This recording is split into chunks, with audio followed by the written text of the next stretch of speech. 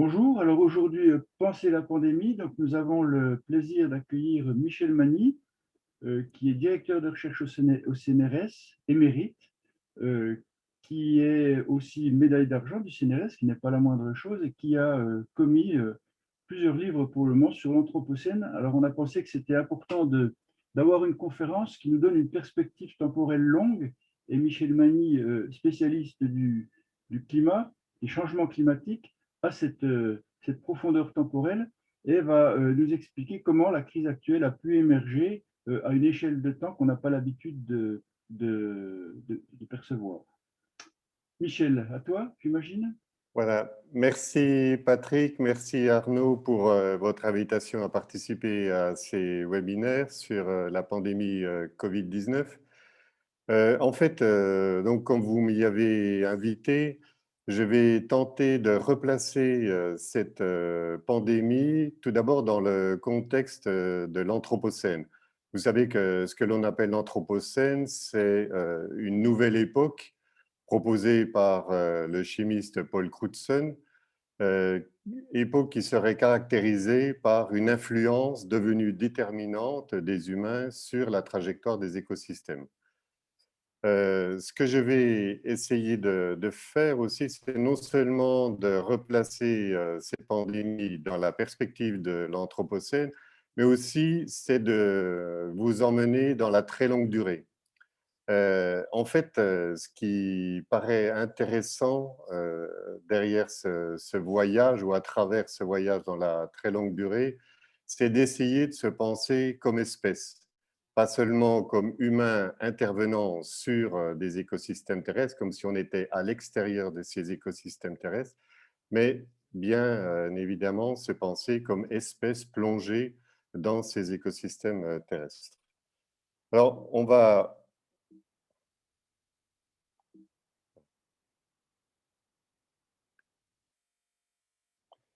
commencer le voyage en fixant déjà les termes chronologiques. C'est une première diapositive pour vous montrer que la lignée humaine émerge aux alentours de 7 millions d'années. Elle est issue de l'ordre des primates. Et comme la théorie darwinienne de l'évolution l'avait proposé, on voit parfaitement cette lignée humaine se dessiner peu à peu à travers le buissonnement successif de différents groupes d'hominines qui se succèdent dans le temps. Vous percevez l'émergence du genre Homo il y a à peu près 2 millions d'années, et puis l'émergence de Homo sapiens il y a 300 000 ans. Et au moment où nous arrivons au début du Paléolithique supérieur dans nos régions, c'est-à-dire il y a à peu près 50 000 ans, il n'y a pas moins de au moins 6 espèces d'humains identifiées à ce moment-là. Première chose qui nous intéresse peut-être par rapport à cette pandémie du Covid-19, c'est arriver à se penser comme une espèce invasive. C'est-à-dire que ce que l'on voit se dessiner à partir de l'apparition du genre Homo, c'est sa dissémination à partir du berceau africain en direction des zones tropicales et des zones tempérées chaudes de l'Ancien Monde, comme vous le voyez représenté sur cette carte. Donc le périple commence il y a à peu près 2 millions d'années et vous voyez que le genre Homo atteint la péninsule ibérique aux alentours de 1 200 000 ans. Donc, un peu moins d'1 million d'années pour se répandre sur toutes ces parties chaudes de l'Ancien Monde. Deuxième étape dans cette colonisation des écosystèmes terrestres, c'est celle qui s'opère avec la colonisation opérée par Homo sapiens. Vous voyez Homo sapiens dont les restes les plus anciens ont été repérés dans le massif de l'Atlas au Maroc il y a 300 000 ans. Homo sapiens quitte son berceau africain il y a à peu près 100 000 ans et vous voyez qu'on a à peu près 70 000 à 80 000 années, cette fois, il a colonisé l'ensemble des terres émergées du globe. Et pas seulement sur les zones tropicales et sur les zones tempérées chaudes, mais cette fois, on le retrouve à toutes les latitudes, de l'équateur jusqu'au Groenland. Un autre aspect aussi qui nous caractérise, en dehors du fait qu'on réalise très tôt ce que l'on pourrait appeler des premières globalisations, une première colonisation des écosystèmes terrestres, c'est nos caractères techniciens. C'est-à-dire que ce qui va caractériser l'espèce humaine, c'est sa relation médiée à l'environnement. C'est-à-dire que entre l'environnement et nous, on va utiliser des outils pour opérer. Alors, vous avez là une diapositive qui vous montre l'évolution de cet outillage. Au début, bien sûr, un outillage lithique pour au moins les outils qui nous sont restés, mais il faut imaginer tout un autre type d'outillage, en particulier en bois, qui naturellement n'a pas pu se conserver. Vous voyez que cet outillage lithique, on le repère il y a 3 300 000 ans. Donc, avant même l'apparition du genre Homo, je dis, il n'y a rien d'étonnant là-dessus, puisqu'on sait que nous avons des cousins primates qui utilisent aussi des outils, donc rien d'exceptionnel. Simplement, nous, ce qu'il y a de très particulier, c'est cette systématisation de cet intermédiaire entre l'environnement et nous, par le biais d'outils, et le développement remarquable que va connaître cet outillage à travers le temps. Donc, au départ, l'outillage suit une évolution qui paraît relativement lente, mais vous voyez que si on regarde, par exemple, ce qui se passe pour les 40 000 années qui précèdent l'ère chrétienne, on voit se succéder ces différentes cultures identifiées par les archéologues à partir des restes matériels, des restes techniques retrouvés sur les sites d'habitat. On voit très bien comment la durée de ces cultures, à mesure que la trajectoire des sociétés humaines avance, comment la durée de ces cultures tend à devenir de plus en plus faible. Et donc, un signe très clair d'une première accélération de l'évolution technique. Donc, quand on imagine, quand on pense à l'évolution des techniques aujourd'hui, bien sûr, on pense à un progrès qui est considéré comme, j'allais dire, foudroyant, disons, qui ne cesse de s'accélérer. Mais en fait, cette accélération, quand on regarde les choses, quand on regarde le matériel archéologique, on la voit émerger très tôt. Alors, quelques mots maintenant sur ces cultures du Paléolithique supérieur. C'est le moment où peut-être on perçoit le mieux ces premières sociétés humaines, et notamment en Europe occidentale, où elles sont relativement bien documentées par toute une série de fouilles archéologiques. En fait, donc là, on est aux environs entre moins 50 000 ans et moins 15 000 ans. Donc, ces cultures du Paléolithique supérieur relèvent d'une véritable civilisation. C'est-à-dire qu'il ne faut pas imaginer des êtres frustes, sans pensée, sans imaginaire. Au contraire, vous avez là quelques images qui montrent la grotte de Lascaux, des grottes ornées qui montrent que ces hommes préhistoriques avaient leur propre cosmogonie, et très caractéristique de ces cosmogonies, on y trouve peu d'humains présents, peu de représentations anthropiques, mais pour l'essentiel, on a des représentations animalières, et ce qui suggère une vue horizontale du monde, c'est-à-dire que les humains se perçoivent à ce moment-là plongés dans cette biosphère, dans cet écosystème terrestre. Il s'agit de groupes qui comptent 100 à 150 personnes. Marshall Salins, l'anthropologue américain, a bien montré comment ces sociétés de l'âge de pierre peuvent être considérées comme des sociétés d'abondance, paradoxalement, dans la mesure même où, en fait, ils ont largement autour d'eux pour répondre à leurs besoins qui finalement sont relativement simples et peu élevées. Des sociétés peu stratifiées, si l'on en croit, si l'on regarde les tombes, les quelques tombes que l'on a pu retrouver, qui montrent des individus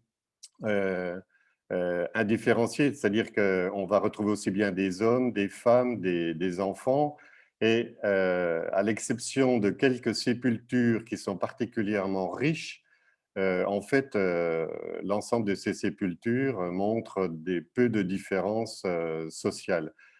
Peu de différences sociales aussi, telles que ça peut être suggéré par l'absence complète de monuments élevés, hein, de style temple ou des choses qui apparaissent tout de suite au regard, qui apparaissent immédiatement dans le paysage. Rien de tout cela au niveau de ces sociétés du Paléolithique supérieur.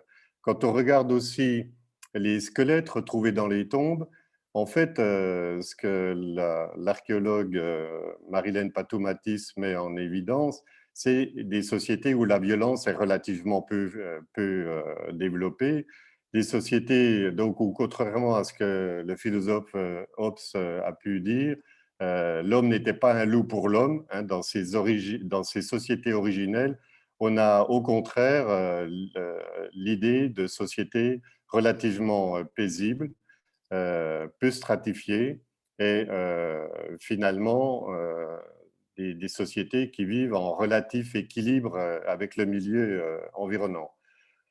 Je dis en relatif équilibre parce que voici un premier schéma où je vous invite à regarder ce qui se passe aux alentours de 10 000 ans avant nous.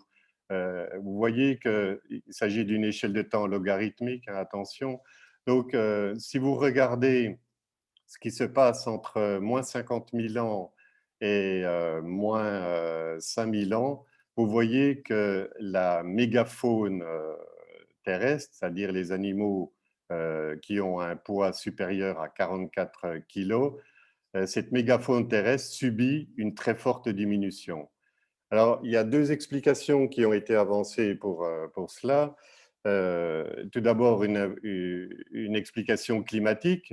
En effet, à ce moment-là, survient ce que l'on appelle le Dryas récent, hein, une période de refroidissement climatique assez prononcée. Et puis, dans la période qui se développe entre moins 50 000 ans et moins 5 000 ans, il faut compter aussi avec le maximum glaciaire. L'autre explication avancée, c'est l'impact de l'homme, l'influence de la chasse développée par ces hommes du Paléolithique supérieur. En fait, les gens qui ont travaillé sur la question penchent pour une combinaison des deux facteurs, mais ce qu'il y a de tout à fait troublant, c'est de voir que, par exemple, l'impact est d'autant plus fort dans les parties très récemment colonisées par l'homme, c'est-à-dire, par exemple, en Australie ou sur le continent américain, où l'homme était complètement absent jusqu'il y a 60 000 ou 70 000 ans. Et donc, on voit là, sur ces deux continents, colonisés très récemment, une extinction très forte, hein, une réduction très forte de cette mégafaune quaternaire. Alors, le phénomène est quand même relativement important, hein, puisque dès cette époque-là, ce que l'on voit disparaître, c'est 2 tiers des genres et la moitié des espèces de cette mégafaune. Hein, donc pensez par exemple aux mammouths, aux mégacéros, aux rhinocéros laineux, autant d'animaux qui vont disparaître pratiquement dès la fin de cette période glaciaire et avant même les débuts du néolithique. Vous voyez aussi que ce qui apparaît troublant très tôt, c'est la diminution du poids moyen des mammifères qui, entre moins 120 000 ans et moins 70 000 ans, passe de 98 à 51 kilos. Donc là, c'est un autre indice qui nous fait pencher plutôt sur la marque, sur une influence anthropique très forte sur cette mégafaune du Quaternaire. Les choses vont prendre une nouvelle ampleur quand on arrive au moment du néolithique, c'est-à-dire l'adoption par les humains d'un nouveau mode de subsistance basé sur l'agriculture et sur l'élevage. Donc le néolithique se développe à partir de moins 9000 ans en Mésopotamie. On verra tout à l'heure un autre document à ce sujet. Mais vous voyez d'entrée que l'impact tout à fait différent que cette fois les humains vont avoir sur leur environnement, en particulier avec le défrichement, la déforestation pour installer pâturage et culture. Et là encore, le phénomène prend très tôt un impact relativement important puisque, comme je l'ai indiqué ici, on pense que dès moins 3000 ans avant Jésus-Christ, pratiquement déjà 20% des forêts d'Europe et d'Asie sont affectées. Ce début de l'agriculture et de l'élevage, hein, ce début du néolithique, en fait, se fait à différents moments sur la planète et à des époques différentes, ce qui fait qu'il ne faut sans doute pas voir là un phénomène d'origine climatique, comme on l'avait pensé, comme on a pu le penser à un moment donné, mais plutôt, comme le propose l'anthropologue Alain Testa, un phénomène qui reflète directement un changement dans les structures sociales. Alors, sans aller plus loin dans ces processus de causalité, ce qui nous paraît intéressant là immédiatement à souligner, c'est que cette transition vers un mode de subsistance néolithique s'accompagne d'une transition démographique très remarquable avec naturellement un développement, un accroissement démographique très marqué. Tout simplement, la sédentarisation qui accompagne ce nouveau mode de subsistance réduit l'intervalle entre les naissances et à partir de ce moment-là, on voit la démographie humaine commencer à augmenter très fortement. Vous voyez que de 6 millions à la fin du Paléolithique supérieur, en fait, aux environs des débuts de l'ère chrétienne, on est déjà à 200 millions. Donc, premier emballement démographique et naturellement, vous imaginez, première pression démographique vraiment très importante des humains sur leur écosystème. Les sociétés humaines vont elles aussi subir le contre-coup. Qui dit élevage, qui dit agriculture, dit aussi un autre mode d'être, une autre façon de vivre, avec en particulier tout d'abord l'apparition du travail. Quand il faut 3 à 4 heures pour un chasseur-cueilleur pour subvenir à ses besoins, naturellement, l'agriculture, l'élevage vont demander un travail constant et beaucoup plus fastidieux. Autre élément qui se développe à partir aussi de l'adoption de ce nouveau mode de subsistance, c'est les premières zoonoses provoquées par la promiscuité nouvelle entre les hommes et les animaux. Donc on voit très bien dans les premières courbes démographiques qu'a pu établir, par exemple, un paléodémographe comme Bocquet appelle, comment, après une première phase d'expansion démographique remarquable, eh bien, au bout de 1000 ans ou 1500 années ou quelques siècles, on voit la courbe s'effondrer et il interprète ce premier effondrement comme la marque des premières zoonoses. Autre élément qui apparaît clairement aussi à partir des restes humains qu'on retrouve dans les tombes pour cette époque néolithique, c'est la dégradation de l'état de santé des populations. On voit une perte de taille, on voit une diminution du volume du cerveau aussi, par exemple, à ce passage dans le néolithique, et on voit des squelettes marqués par les efforts physiques et aussi atteints par toute une série de nouvelles pathologies. Autre chose qui va caractériser cette néolithisation, c'est un changement d'imaginaire. De la même façon que l'homme s'autorise maintenant à dominer la nature, donc avoir une relation verticale avec la nature au lieu d'être en horizontalité, comme on l'a vu à travers les cosmogonies des grottes de Chauvet ou de Lascaux, Eh bien, ce que l'on voit apparaître avec le néolithique, c'est la représentation de divinités qui ont cette fois des formes anthropomorphiques. Et en même temps que ces divinités anthropomorphes apparaissent, eh bien, on voit aussi se développer une certaine verticalisation des sociétés. Et c'est tout à fait marquant quand on regarde, par exemple, les pyramides égyptiennes. On pourrait dire d'autres choses encore, on pourrait y revenir dans la discussion, à partir d'autres modes de représentation, comme vous le voyez sur ce vase d'eau. Nouvelle étape dans ces relations entre les humains et leur environnement, mais aussi entre les humains eux-mêmes, c'est la modernité. Euh, bon, on marque souvent la figure de Descartes comme étant le début de ce que Philippe Descola a appelé le naturalisme, hein, c'est-à-dire que l'homme, cette fois, a le projet de se rendre maître et possesseur de la nature.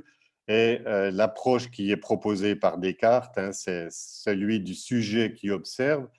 C'est une approche qui est fondamentale pour le développement de toutes les sciences, mais c'est aussi une approche à partir de laquelle on va avoir le sujet humain qui se sépare de l'objet nature, hein. Donc cette séparation, on place là en particulier une séparation fondamentale et lourde de conséquences entre les humains et la nature. Vous voyez aussi un autre regard qui est porté sur la nature à travers Galilée, hein, qui dit que l'univers est écrit en langue mathématique. Euh, D'autres objectifs aussi fixés aux sociétés avec en 1776 la publication par Adam Smith de La richesse des nations, où cette fois il n'est plus question simplement de mode de subsistance, mais il est question réellement de s'enrichir. Et en fait, un, un autre élément caractéristique de cette modernité, c'est le passage de l'artisanat au machinisme, avec en particulier la mise au point de la machine à vapeur par James Watt. Hein, ce n'est pas forcément le facteur initial de l'industrialisation. On comprend tout de suite aussi que l'apparition de machines va être un des enjeux, un des supports majeurs de cette industrialisation. Et donc, c'est un nouveau monde qui commence et c'est aussi le monde de l'Anthropocène tel que l'avait décrit pour la première fois Paul Crutzen, hein, qui faisait débuter l'Anthropocène avec la révolution industrielle. Un autre élément de cette modernité, c'est, on pourrait dire, la fracture du monde, la fracture capitaliste du monde instituée par l'Europe. Les Européens vont partir à la conquête des autres continents, imposer leurs lois aussi bien sur les sociétés que sur les ressources naturelles. Et vous voyez ici deux gravures qui datent du début du XVIIe siècle qui montrent parfaitement comment les Européens, la colonisation européenne s'accompagne d'une très forte pression non seulement sur les sociétés, mais aussi d'une très forte pression sur les écosystèmes. Et donc, ce qui se met en place à ce moment-là, c'est ce que Fernand Braudel a appelé l'économie monde, où vous avez un centre, en l'occurrence l'Europe, qui va tirer parti de tout un ensemble de périphéries de marge à son propre avantage. Hein, l'ensemble des économies des périphéries des marges devant tourner au bénéfice du centre. Donc, on retrouve là, en fait, la matrice qui va être celle du monde moderne, on peut dire, jusqu'à nos jours. Bon, je vous le disais, Paul Crutzen fixe le début de l'Anthropocène avec les débuts de la révolution industrielle. Naturellement, ce que l'on va pouvoir suivre à travers une série de diapositives maintenant, c'est les différents aspects, les différents volets de cet Anthropocène. Premier aspect, c'est le changement climatique. Vous voyez parfaitement comment l'élévation, l'utilisation d'énergies fossiles d'abord le charbon, mais ensuite le pétrole et le gaz naturel, va provoquer une hausse des gaz à effet de serre dans l'atmosphère et provoquer donc un réchauffement climatique de plus en plus marqué. Encore une fois, une diapositive qui vous montre comment les responsabilités dans ces émissions de gaz à effet de serre sont loin d'être partagées entre tous les habitants de la planète. Vous voyez ici les émissions annuelles en milliers de tonnes de carbone entre 1800 et 1950. Vous voyez la part très forte qu'ont pu avoir les USA et la Grande-Bretagne dans ces émissions de gaz à effet de serre jusqu'en 1950. Autre volet de l'Anthropocène, la chute de la biodiversité. Alors, cette chute de la biodiversité, une première diapo qui vous montre qu'on la suit, on en suit les racines très loin dans le temps. On a vu tout à l'heure la chute, l'extinction de la mégafaune quaternaire. Ce que l'on peut suivre ici sur cette diapositive, c'est par exemple le recul des éléphants en Asie à mesure que se développe l'Empire du Milieu. Et donc, depuis le néolithique asiatique, aux environs de moins 5000 à moins 900 au nord, vous voyez que l'éléphant d'Asie recule peu à peu vers le sud à mesure que régresse et que sont perturbés les environnements où il pouvait prospérer. Plus récemment, je vous invite à regarder la carte de l'Amérique du Nord où on voit la réduction de la zone occupée par les bisons au XIXe siècle à mesure de la colonisation européenne en Amérique du Nord. 60 millions de bisons, tels qu'on peut les évaluer au XVIIe, XVIIIe siècle. Et de ces 60 millions de bisons originels, il ne reste plus en 1890 que quelques centaines de bisons. J'ai indiqué aussi en dessous que entre l'arrivée du Mayflower sur les côtes américaines en 1620 jusqu'à 1920, donc 3 siècles plus tard, vous voyez, la couverture forestière en Amérique du Nord passe de 170 à 10 millions d'hectares. Donc là aussi, des changements drastiques des paysages opérés par les humains. Une réduction de la biodiversité pour laquelle on a listé un certain nombre de causes. Vous avez la destruction des habitats, donc la déforestation que l'on vient d'évoquer, l'introduction d'espèces exotiques qui déséquilibrent les assemblages fauniques ou végétaux de régions où ils n'existaient pas auparavant, la surexploitation, la pollution, le changement climatique. Vous voyez ici, on retrouve un schéma que je vous ai présenté tout à l'heure à propos de l'extinction de la mégafaune quaternaire.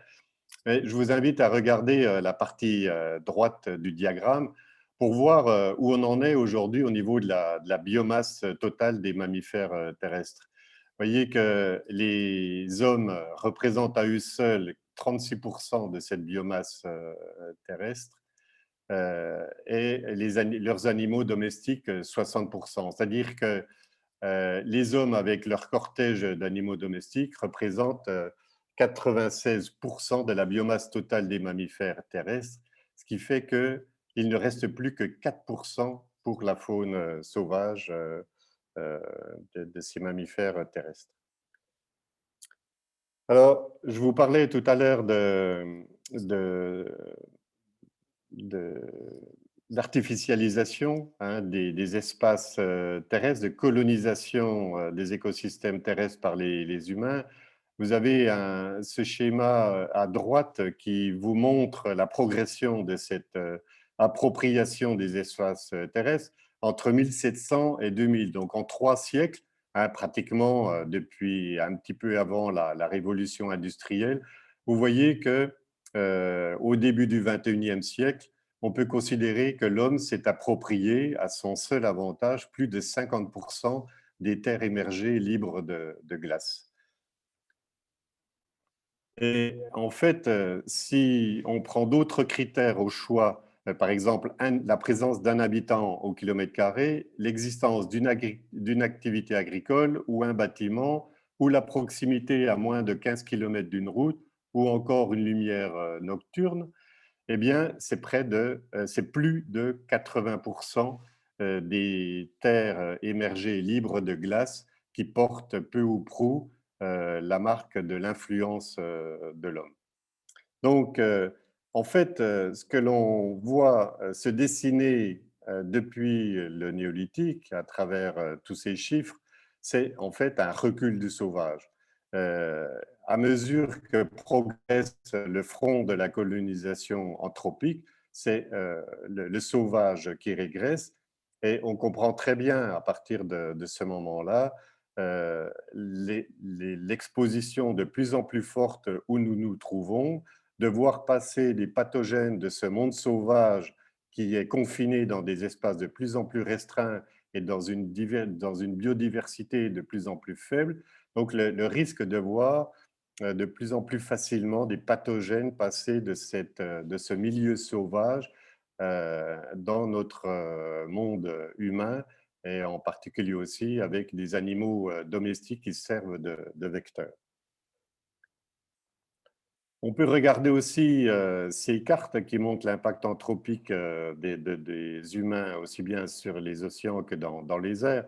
Bon, une image qui est assez forte relative aux océans, parce que quand on regarde la densité des bateaux relevés par satellite pendant 20 ans, entre 1992 et 2012 par exemple, on s'aperçoit que finalement très peu de zones de l'océan restent en dehors de tout impact anthropique. Et quand on regarde cette carte du trafic aérien, en fait, on a immédiatement en tête, quand on pense à la pandémie de la Covid-19, on a immédiatement sous les yeux le mode de propagation de cette pandémie, avec un premier foyer, premier noyau du réseau en Asie, deuxième noyau de ce réseau en Europe, et finalement troisième noyau de ce réseau en Amérique du Nord. C'est exactement le schéma qu'a pu suivre la pandémie de la Covid-19. Autre volet dans l'Anthropocène, la pollution. Bon, je ne vais pas revenir en détail sur les différents aspects de la pollution des écosystèmes aujourd'hui. Par contre, il m'a paru intéressant de vous montrer cette figure qui montre le taux de la concentration en plomb des glaces polaires au Groenland entre moins 1000 et 600 de notre ère. Et ce que l'on reconnaît immédiatement, c'est un premier pic qui survient aux alentours de moins 800 avant notre ère, et qui correspond à une exploitation, aux premières exploitations des mines du Rio Tinto dans le sud de la péninsule ibérique. Et puis, vous voyez qu'entre moins 400 et plus 200, il y a toute une série de maximums qui correspondent en fait aux exploitations de ces mines du Rio Tinto par l'Empire romain. Et de façon très intéressante aussi, vous avez en rouge les variations de la composition du denier romain, c'est-à-dire la proportion d'argent qu'il y avait dans cette monnaie romaine. Et vous voyez qu'elle se cale directement sur les variations de la teneur en plomb des glaces du Groenland.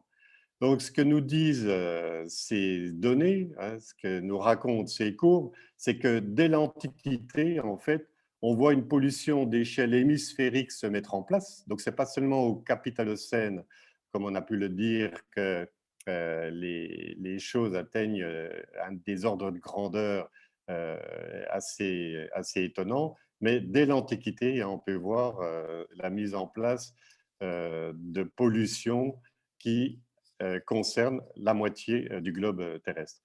Et ce que l'on peut voir aussi, c'est comment la trajectoire de la nature épouse directement la trajectoire des sociétés, comment cette courbe des taux de plomb dans les glaces polaires reflète directement l'histoire soit des Phéniciens, soit de l'Empire romain. Enfin, dernier aspect que nous avons déjà évoqué, hein, c'est l'évolution du nombre des hommes. Avec le premier document à gauche qui vous montre deux bonds dans la démographie de la population mondiale. Le premier avec des premières innovations du paléolithique supérieur et ensuite s'enchaînant très rapidement la révolution néolithique et la révolution industrielle. Et quand on regarde le document, la courbe que vous avez sur la droite de la diapositive, vous voyez que dans le seul XXe siècle, la population mondiale a doublé à 2 reprises. C'est-à-dire qu'au début du XXe siècle, on est à 1,5 milliard d'habitants. Aux environs de 1960, on passe à 3. Et avant la fin du siècle, 1999, on est passé à 6. Et d'ici 2050, la population mondiale devrait atteindre près de 10 millions d'habitants, c'est-à-dire elle devrait augmenter encore de 25%. Donc on imagine la pression de plus en plus forte qui s'exerce par les hommes sur les écosystèmes terrestres à partir de ces courbes démographiques. Donc, ce que l'on observe naturellement, c'est une collision de plus en plus forte et inédite entre le système Terre, entre les écosystèmes terrestres et un système économique fondé sur une croissance et une consommation de plus en plus forte. Vous avez ici un schéma qui montre l'explosion, le gonflement de la production économique entre 1950 et 2000, les débuts du 21e siècle. Regardez, entre 1900 et 1950, la population mondiale passe de 1,8 milliard à 2,5 milliards. Vous avez une production économique mondiale qui passe en chiffres, en valeur de 2 trillions à 5,3 trillions, c'est-à-dire pratiquement un peu plus d'un doublement. Et par contre, 60 ans plus tard, la production économique, le PIB mondial, a été multiplié par près de 16. Hein. Donc là, on a ce que les gens qui travaillent sur l'Anthropocène ont appelé la grande accélération. Et d'ailleurs, ce qui est proposé aujourd'hui, c'est de faire commencer l'Anthropocène non pas avec les débuts de la révolution industrielle, mais avec la naissance de cette société de consommation au lendemain de la Seconde Guerre mondiale, donc après 1950. Dernier élément sur lequel on peut s'interroger, c'est naturellement tout ça pourquoi. C'est-à-dire qu'on voit une collision de plus en plus forte entre la population mondiale, entre les humains et les écosystèmes terrestres. Est-ce que la première question qui peut nous venir à l'idée, c'est de se demander si cette croissance économique a bénéficié à chacun des habitants de la Terre. Donc là, on peut, si vous voulez, regarder très simplement le schéma, la courbe qui est représentée en bas à droite et qui résulte, qui est extraite du rapport sur les inégalités mondiales publié en 2018 et qui essaie de voir, de montrer qui a profité de l'accroissement économique sur la période 1980-2016, c'est-à-dire pendant 36 ans. Donc, pratiquement hein, depuis le début de la victoire de l'idéologie néolibérale. Eh bien, ce que nous montre cette courbe, c'est que les 50% les plus pauvres de la population mondiale ont perçu 12% de cette croissance économique mondiale, pendant que les 1% les plus riches de la planète en percevaient 27%. Autrement dit, les 1% les plus riches de la planète ont capté à leur seul avantage plus du double de la moitié de la population mondiale. Donc, c'est dire les déséquilibres qui sont en train de s'instaurer aujourd'hui. C'est dire aussi que la destruction des écosystèmes terrestres devient de plus en plus aberrante et sans objet réel. Et à partir de là, ce que l'on peut percevoir, c'est comment, en fait, les relations que nous développons avec la nature, nous humains avec la nature, sont aussi peut-être le reflet des relations que nous développons entre nous. Vous avez ici une diapositive qui vous montre l'état les problèmes sociaux imposés par la révolution industrielle au 19e siècle avec le travail des enfants. Là, c'est une photographie qui a été prise aux États-Unis, ou alors les modes de logement misérables que l'on pouvait trouver à Londres au 19e siècle.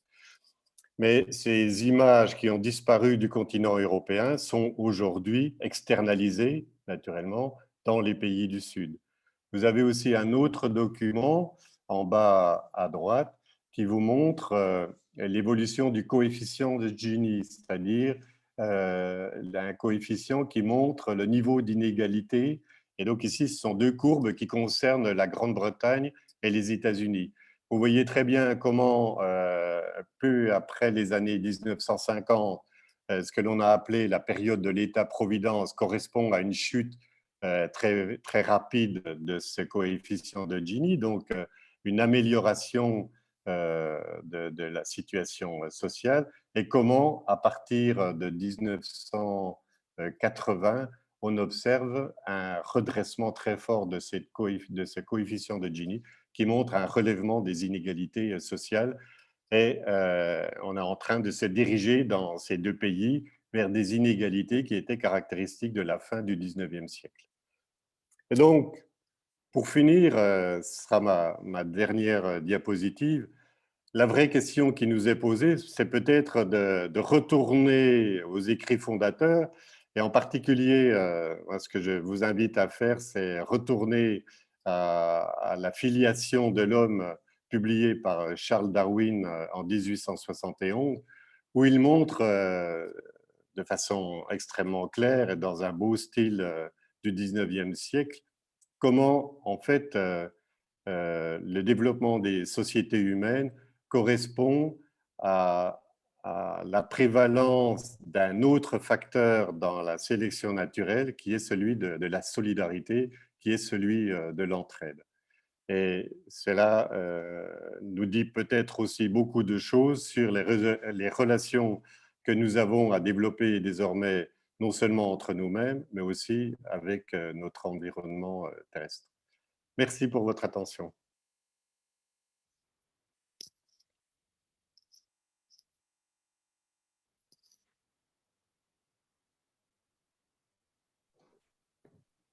Voilà, merci Michel. Écoute, merci beaucoup. C'est exactement le contenu qu'il nous fallait. Hein, la profondeur temporelle et la systémique finalement de l'évolution humaine. Alors j'imagine qu'il peut y avoir un certain nombre de questions là derrière. Donc vous pouvez soit avec la petite main, mais c'est Arnaud qui va pouvoir gérer ça, demander la parole, soit si vous êtes un peu plus timide, passer par le chat pour poser des questions ou commenter, ce qui amènera débat.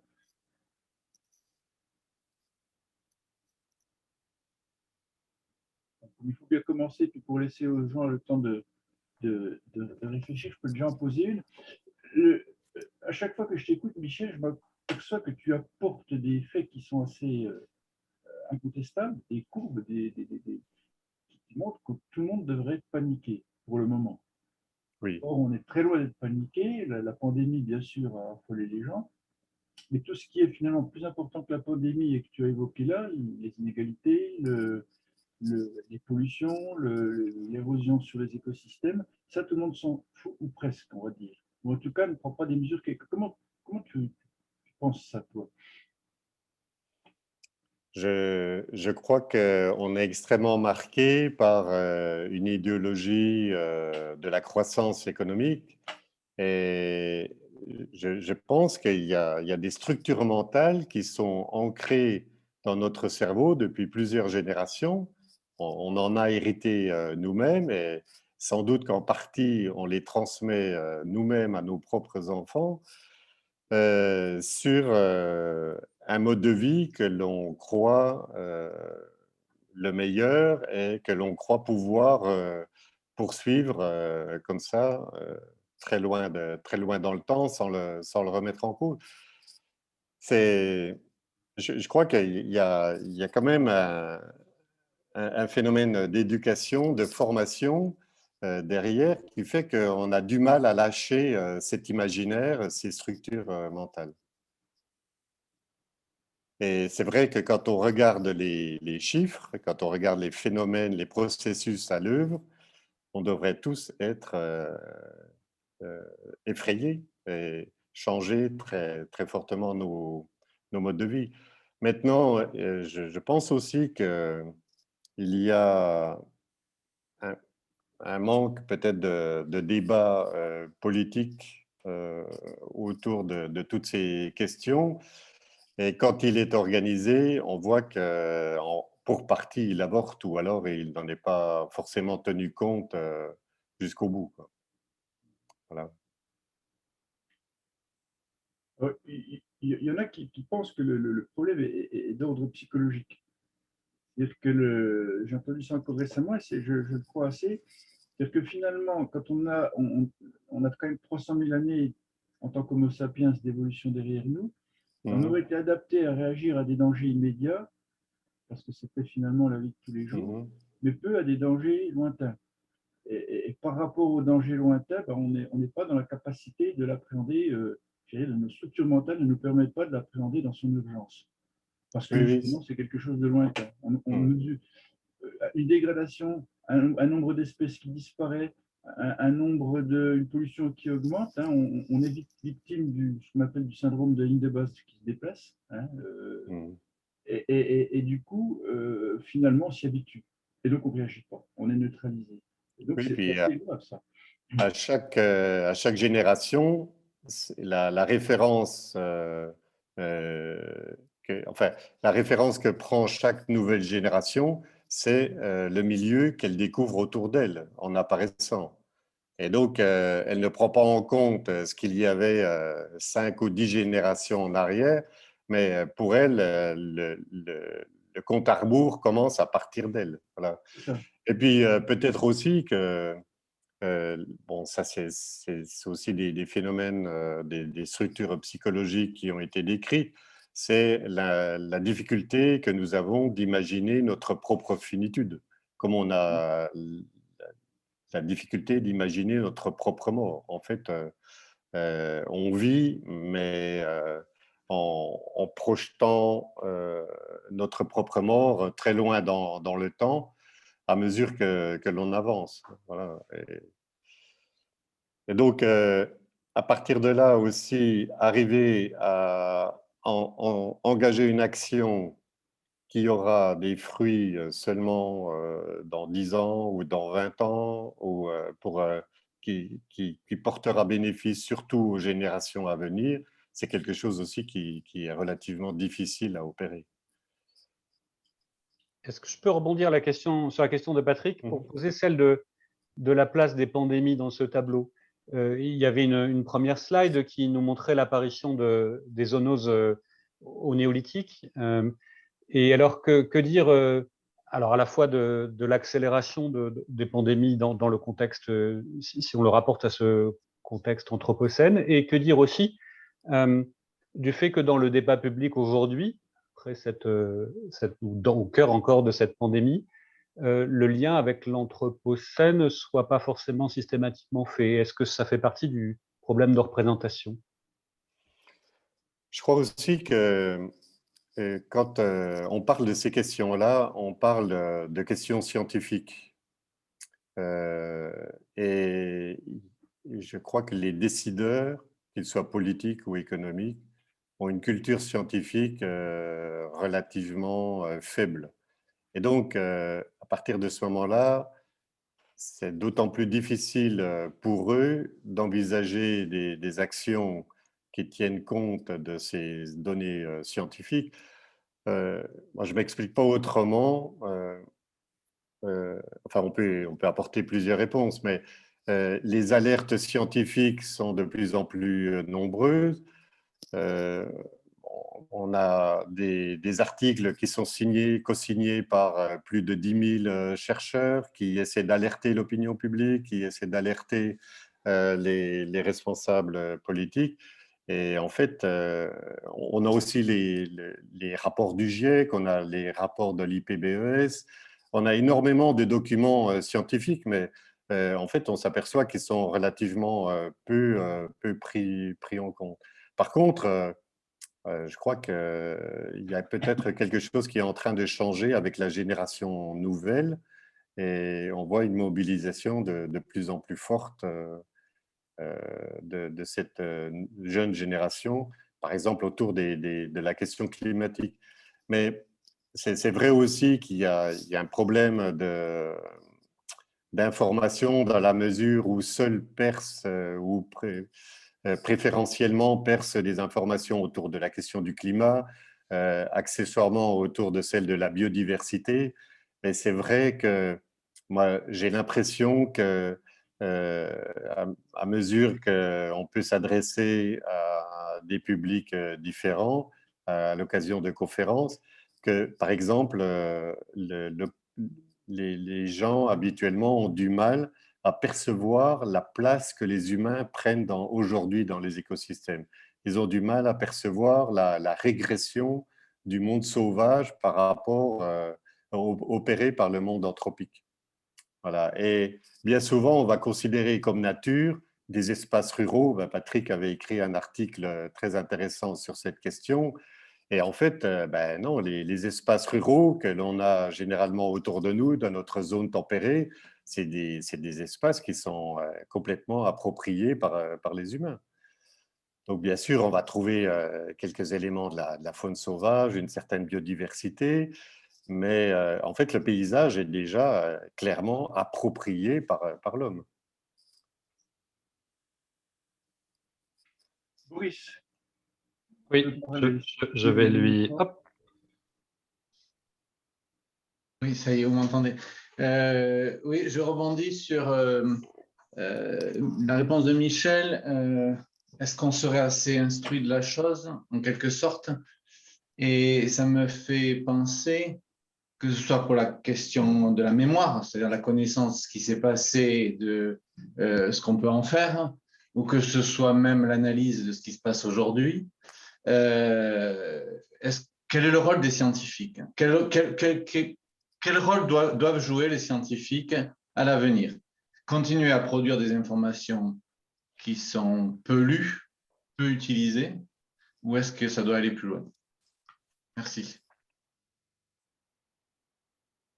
De toute façon, ce que l'on voit aujourd'hui de plus en plus clairement, c'est une forme aussi de mobilisation des scientifiques. C'est-à-dire, on voit, je trouve, les scientifiques sortir de leur laboratoire.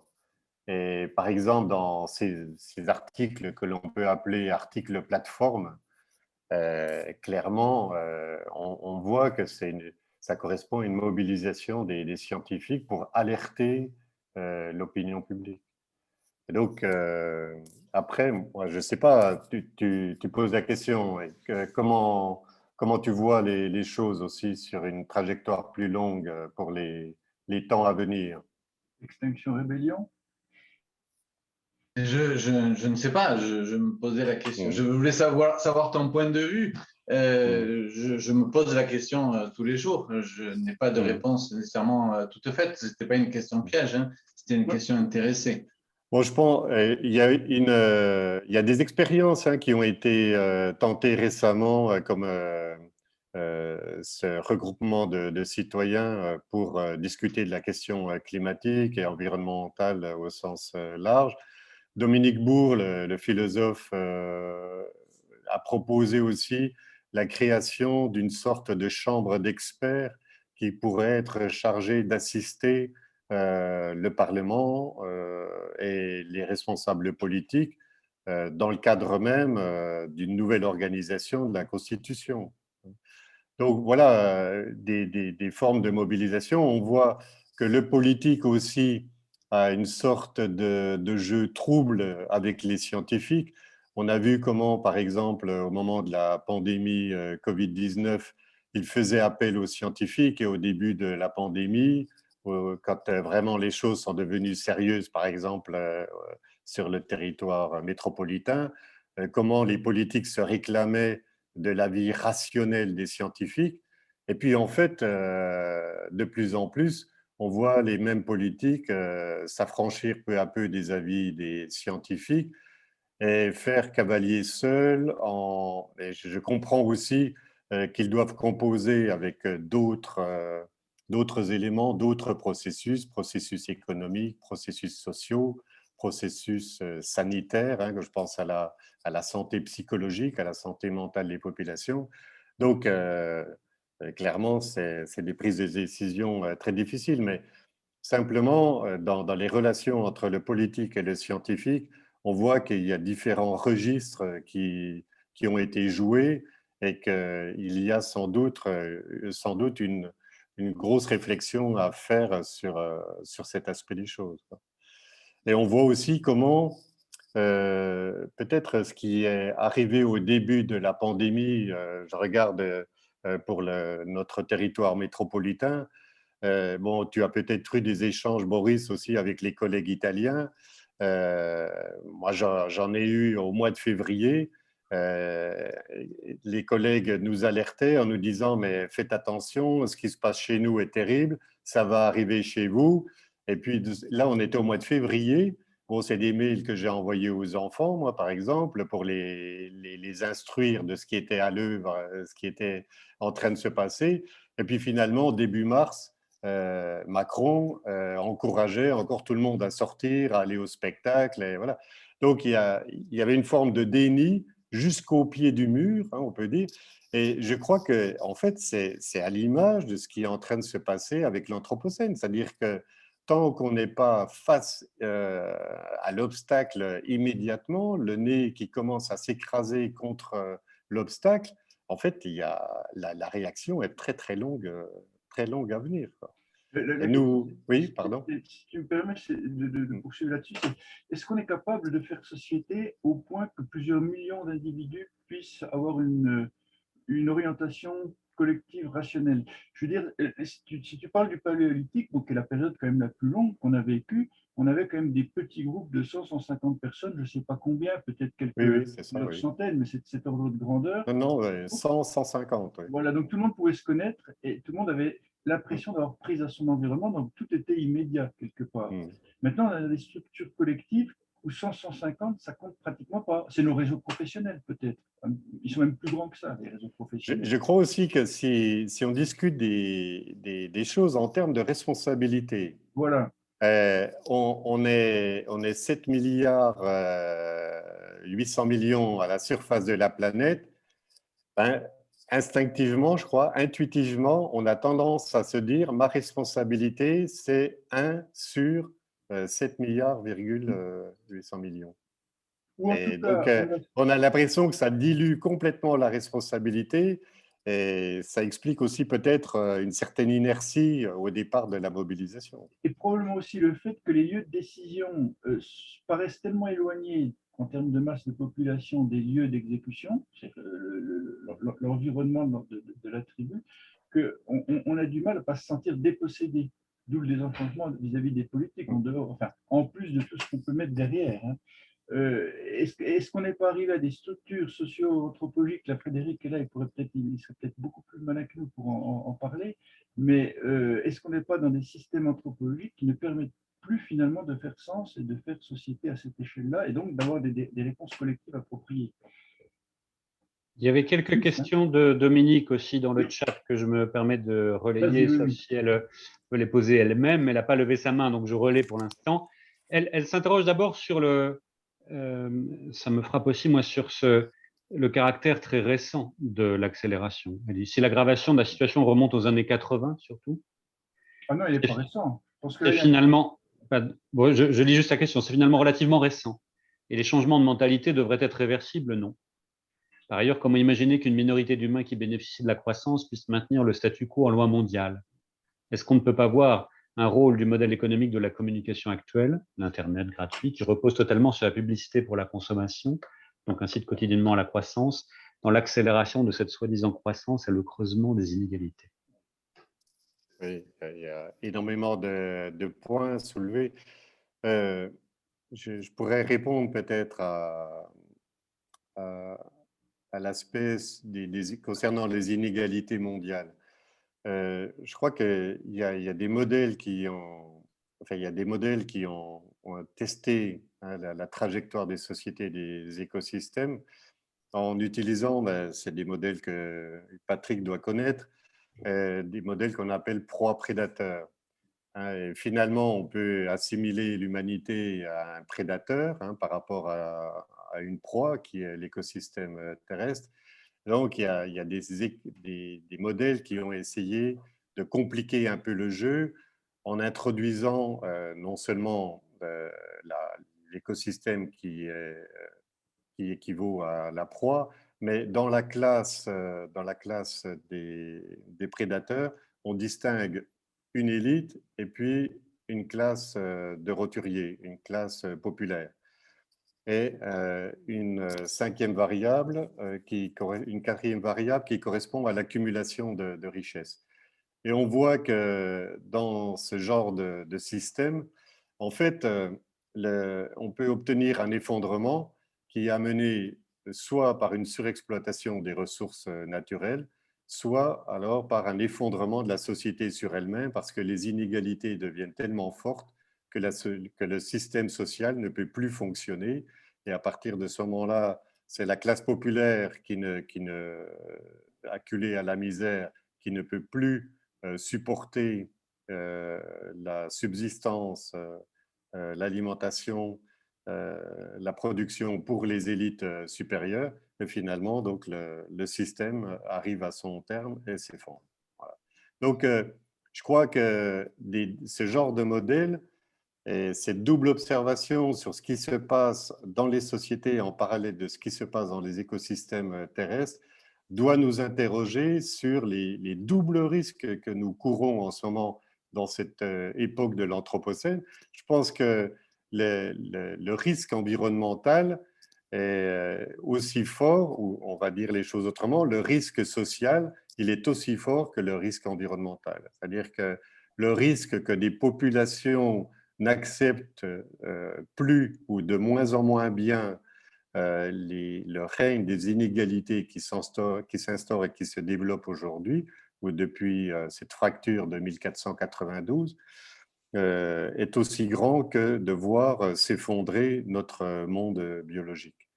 Donc, en fait, moi, je crois que cette époque de l'Anthropocène, elle nous interroge doublement en tant que membre de société, individu, membre d'une société, mais elle nous interroge aussi en tant qu'individu, membre d'une espèce et participant aux écosystèmes terrestres. Donc, on a à se penser à la fois comme membre d'une société, mais aussi comme espèce animale participant au vivant et étant directement intéressé par le maintien du vivant sur la planète Terre.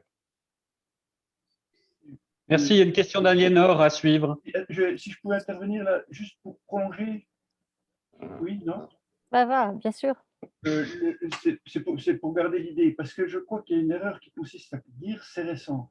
Ce que nous montre Michel, et ça c'est vraiment très important, c'est qu'il nous a montré au moins 6 ou 7 exponentielles qui ont leurs racines pratiquement depuis le Paléolithique. Donc on n'est jamais que sur une trajectoire qui est structurelle. Et Michel a totalement raison de dire qu'il faut se penser en tant qu'espèce, parce que là, structurellement, pratiquement tous les problèmes qu'on rencontre maintenant sont le résultat d'une exponentiation. Ce qui veut dire qu'au bout de l'exponentielle, on dit c'est récent parce qu'on le voit bien, mais structurellement, l'exponentielle, elle vient de beaucoup, de plusieurs milliers d'années. C'est ça que je voulais dire. Aliénor, excuse-moi. Non, je t'en prie. C'était juste pour revenir sur la question de l'articulation entre, disons, les visions scientifiques et puis plus précisément donc le grand récit de l'Anthropocène, hein, dans ses différentes modalités, et puis une perspective de transformation. Parce que ce que je trouve quand même assez caractéristique, c'est que lorsque le récit est global,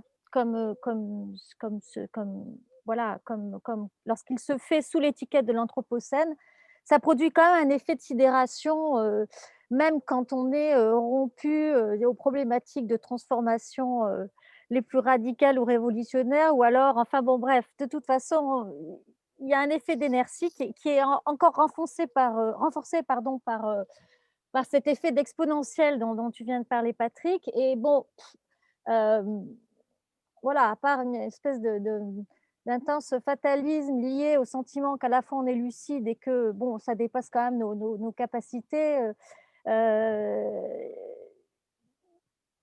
me semble qu'on a du mal à sortir de cet effet de sidération. Alors en revanche, peut-être que c'est une question, donc est-ce qu'il ne serait pas possible d'adjoindre à ces récits globaux des déclinaisons locales? Moi, j'ai été frappée de voir à quel point en Corse, hein, c'est juste un exemple que j'avais suivi d'assez près, le discours des responsables politiques a complètement changé quand ils ont pu comprendre à quel point les projections climatiques, alors c'est l'Anthropocène, mais c'est l'Anthropocène quand on y ajoute ce vers quoi on regarde. Donc, quand les gens ont été capables de comprendre ce que ça signifiait que le changement climatique, c'est-à-dire que encore ça allait pas être plus 1,5, mais plus 7 ou 8 ou plus, alors quand même les choses ont commencé à bouger.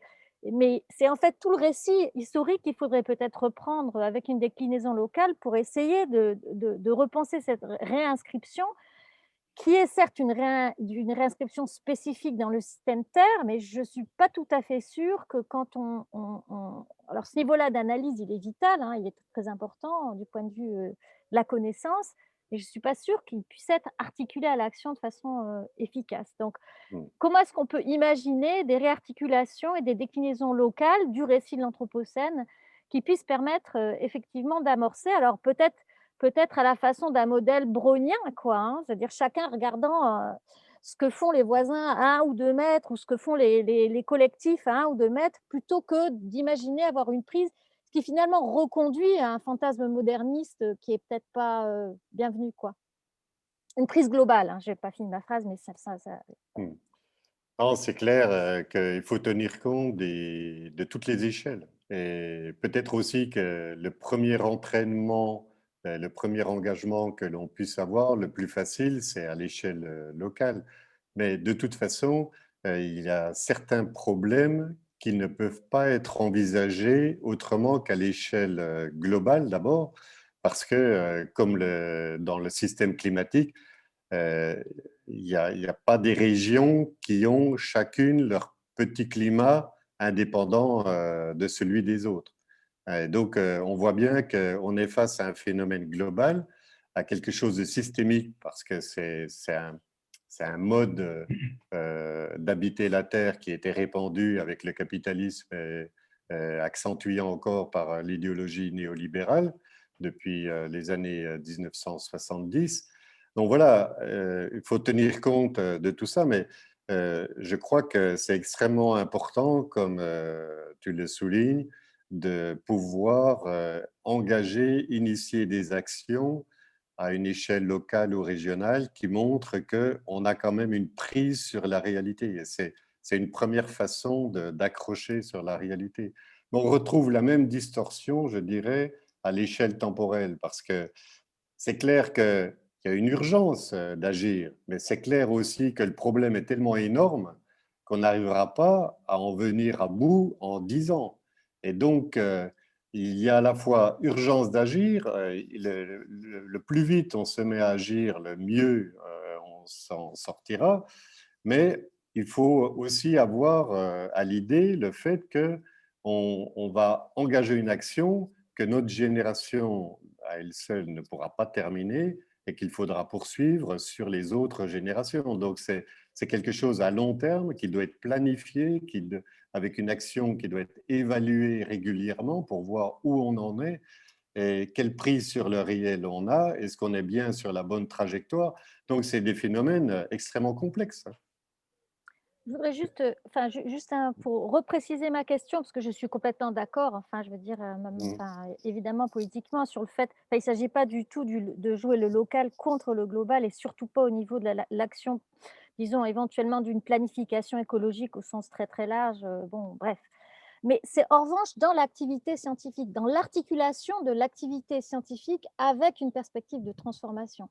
C'est-à-dire que j'ai l'impression que dans la production scientifique, il y a quand même une prime donnée, y compris avec le GIEC, même si c'est nécessaire, hein, j'entends bien et je le minore pas, mais une prime aux perspectives globales, alors que, je veux dire, bon, retourner ou articuler le travail d'éclaircissement scientifique, et y compris dans les perspectives historiques, avec, avec, avec une perspective de transformation, ce n'est pas quelque chose que je vois tellement pratiquer fréquemment. C'était vraiment ça ma question, c'est-à-dire qu'il y a aussi des contradictions dans les structures institutionnelles de l'activité, des activités scientifiques aussi. Voilà. Oui, moi je suis tout à fait d'accord avec toi là-dessus. Et je crois qu'on doit souligner que justement, dans cette époque de l'Anthropocène, on a besoin de plus en plus de science, on a besoin de plus en plus de savoir. Et ces savoirs, cette science, elles doivent se développer à toutes les échelles, aussi bien à l'échelle globale pour comprendre les mécanismes à l'échelle du système Terre, mais aussi on a besoin de connaissances qui soient adaptées à la compréhension du fonctionnement des écosystèmes et de nos propres relations avec ces écosystèmes à l'échelle directement locale, là où nous sommes aussi les plus acteurs, les plus directement acteurs.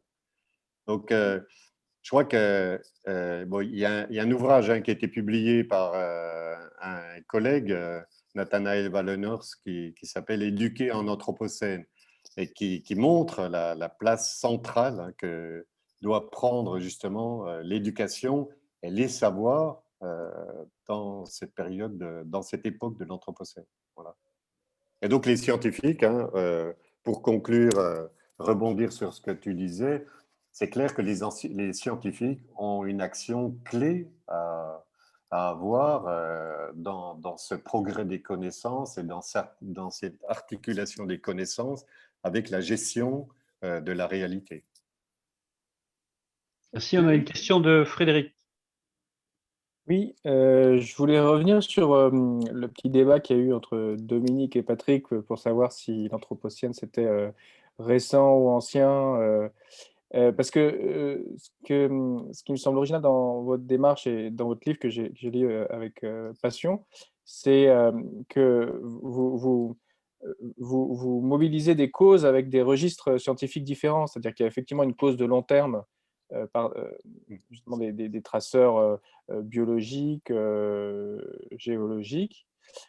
Et puis, il y a des causalités plus mentales et vous faites de l'histoire de la philosophie, l'arrivée du libéralisme, du néolibéralisme.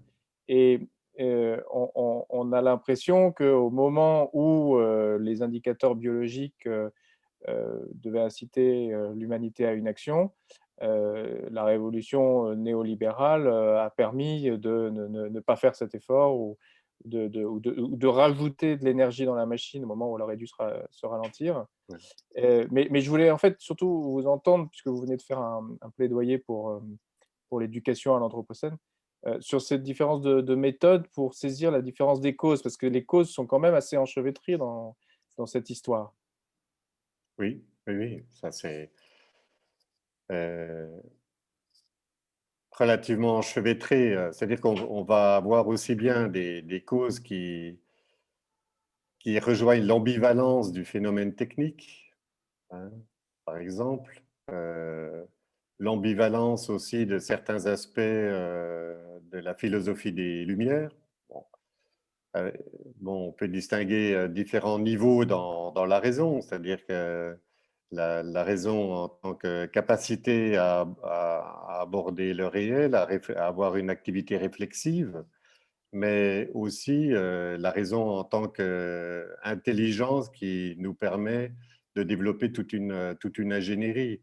Donc, à partir de ce moment-là, les facteurs se complexifient énormément et on va avoir beaucoup de difficultés à démêler toutes ces causes et arriver à une action qui soit effective et pertinente par rapport à ce qui est en train d'arriver.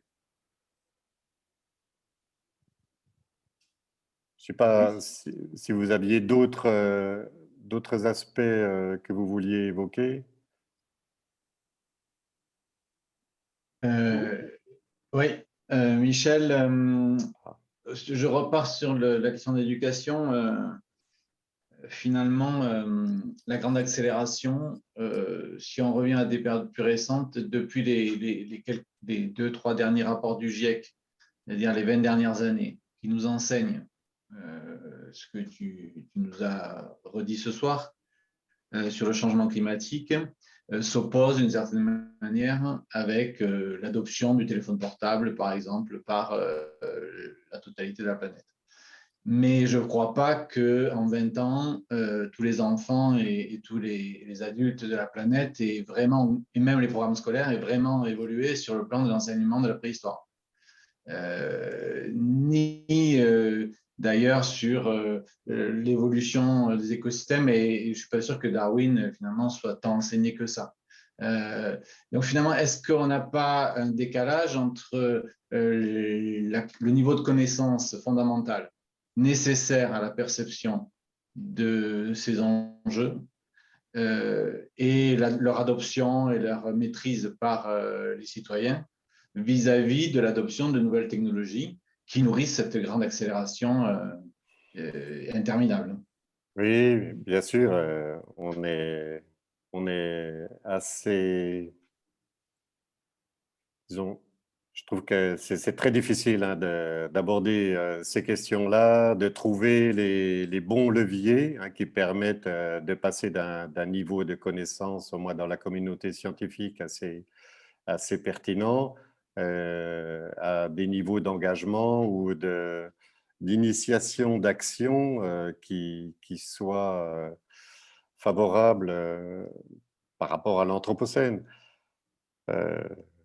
Voilà, c'est très, très, très difficile, mais je crois que quand même, à mon avis, on est trop faible sur cette alphabétisation scientifique. C'est-à-dire que par rapport, l'Anthropocène, c'est vraiment un moment où on devrait comprendre, on devrait être capable de comprendre ce qui nous arrive.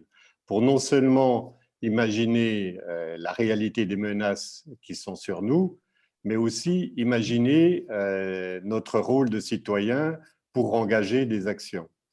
Et donc, pour arriver à ça, on a réellement besoin de cette alphabétisation scientifique pour passer de cet état soit d'indifférence ou d'ignorance qui nous permettent d'aller plus loin, quoi, et collectivement plus loin. Et donc, ça touche aussi bien le citoyen que les responsables politiques, bien sûr. Les responsables politiques, peut-être en premier lieu, quand on voit aujourd'hui les plans de relance ou les plans d'investissement régionaux, ne serait-ce que dans notre région, en Franche-Comté, qui sont offerts aux technologies, même des technologies dites vertes ou de résilience ou d'adaptation, face à l'investissement qui est fait sur la production de connaissances fondamentales qui nous permettent simplement de prendre conscience de là où nous en sommes. Et là, il y a un niveau qui est exponentiel, enfin, il y avait des facteurs de multiplication qui n'ont rien à voir. On cherche quand même une réponse technologique à un problème technologique. Disons qu'on est carrément dans la science du biologique, hein, c'est-à-dire qu'on est dans des systèmes qui sont très complexes, où il y a énormément d'acteurs, il y a énormément de facteurs internes ou exogènes, et en fait, il faut absorber tout cela pour comprendre ce qui arrive et comprendre ce que l'on doit faire. Donc, c'est vrai que déjà à l'échelle individuelle, c'est pratiquement mission impossible. Donc, ça ne peut être que le fait de collectif, ça ne peut être que le fait d'interdisciplinarité, de pluridisciplinarité. Donc, on comprend très bien qu'à l'échelle d'un citoyen ou d'un décideur politique, c'est très difficile.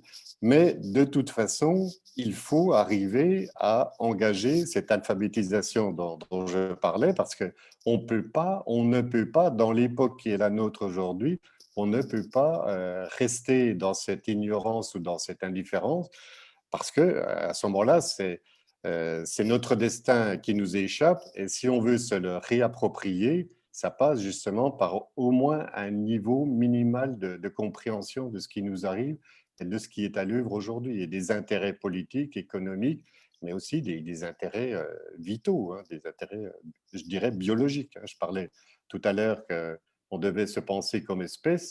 Voilà, donc c'est notre être biologique qui se trouve en cause aujourd'hui. Oui, si je peux me permettre une illustration, il y a une véritable littératie biologique et à moindre degré scientifique dans toute la population, et y compris les politiques. Alors, regardez les programmes scolaires actuellement.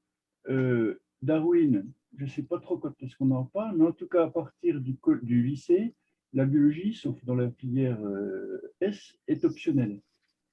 Donc, ça veut dire que finalement, les 3/4, plus des 3/4 d'ailleurs, d'une classe d'âge, vont avoir des concepts de biologie hérités d'1 heure et demie de biologie par semaine en collège. Et en collège, on traite de tout. Ça va de la santé, etc., les écosystèmes, etc.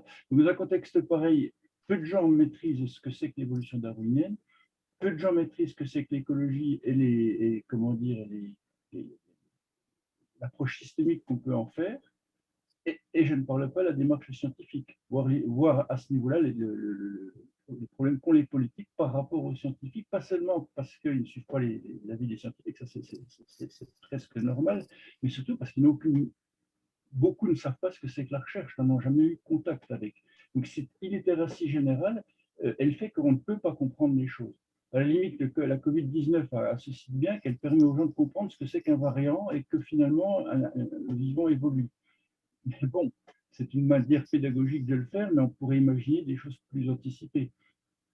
C'est ça que je voulais dire, c'est que finalement, on ne réalise pas à quel point, pour le moment, les gens voient des documentaires, voient des animaux, c'est des petites bêtes, etc.